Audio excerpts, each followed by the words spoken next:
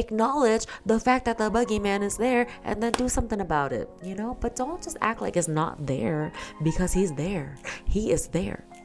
Same with your feelings, right? Don't act like, they don't exist. They are there. Oh, trust me, they are there.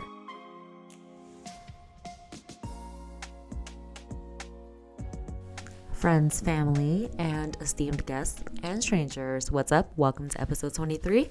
Let's talk about coming to terms with our emotions, because the quicker we do it, the quicker we let it go, and the quicker we can access peace. And who doesn't want peace, right? Exactly. So, I was inspired by a thought that I had this morning while I was meditating, and the thought goes as follows. The quicker you come to terms with something, the quicker you can let it go. And as I was having that thought, I knew exactly how I could apply that advice, that quote, to my own life. I realized that I had to admit the feelings that I have been trying to suppress about the way that I looked on my wedding day. And so I just knew that I couldn't suppress it anymore. It's been almost 2.5 months since my wedding, and ever since the wedding day, I did not like the way that I looked. Okay, I did not like the way that I looked, but now that I've come to terms with it, I can say it very freely, but it took me a long time to be able to say that. The whole point here is to be very honest with yourself about how you're actually feeling, right? Because on the flip side, if you're not honest about how you're feeling, you're suppressing it, right? There are many reasons why we want to suppress our emotions, but whatever the reasons is, it's just not worth it. It really isn't worth it, because all you end up doing is you harbor these emotions inside, and it's killing you slowly, right? And then you forever try to avoid triggers so that you wouldn't feel the pain that comes with these thoughts, right? So as opposed to continually running away from these uncomfortable feelings, come to terms with it. Learn to come to terms with it. These feelings are yours. You are human, and you are allowed to have them. Okay? My ego, my mind will have me thinking, like, why the heck would you ever complain about something so small? Your dress was tailor-made for you. It was paid for you. Yada, yada, yada, yada. You have so many reasons to be grateful for. The wedding was amazing. It was more than you could have ever imagined.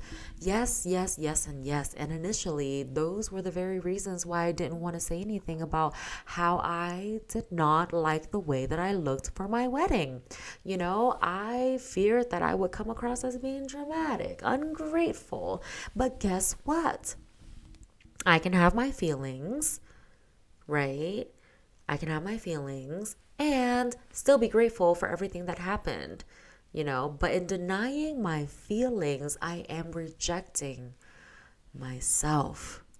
And that is detrimental to our mental health, and it could then also affect our physical health.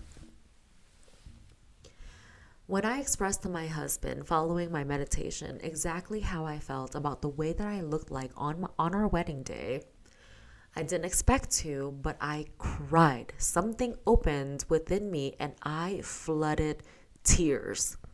And I realized that these emotions and these tears are not just coming because of how I looked like on my wedding day. That just happened to be the trigger, but it stemmed from something much, much deeper, something that probably existed since childhood. And I realized, I told myself, Christine, I am gonna love you so fucking hard right now. I'm going to allow you to feel your damn feelings because you get to, and I am not going to offer any solutions, and I am not going to brush your feelings away as if they do not matter. Okay, you get to have these feelings. And so I cried and I cried and I cried, and my lovely husband held space for me so beautifully. He allowed me to just cry and to express exactly how I was feeling, Okay. I told him I hate the way that I looked. I looked disgusting. Oh my gosh. I looked like a pig. I hate the way that my hair was. I hate the way that my makeup was. I just hate the way that I showed up in the pictures, and I could barely look through the wedding pictures. He allowed me to. He allowed me to just cry it out, to say whatever it is that I needed to say. He allowed me to come to terms with exactly how I was feeling. He even asked open-ended questions just to make sure I get everything off my chest. And oh boy, was it relieving. Was it so relieving to just lift off that weight. Yes, I've said it. I've said exactly how I felt. Okay, and I realized there is no point in suppressing it, right? Suppressing it just kind of keeps it at bay, but it doesn't go away. Ooh, that rhymed. And can you imagine a child like in a dark room and he or she sees like boogeyman, right?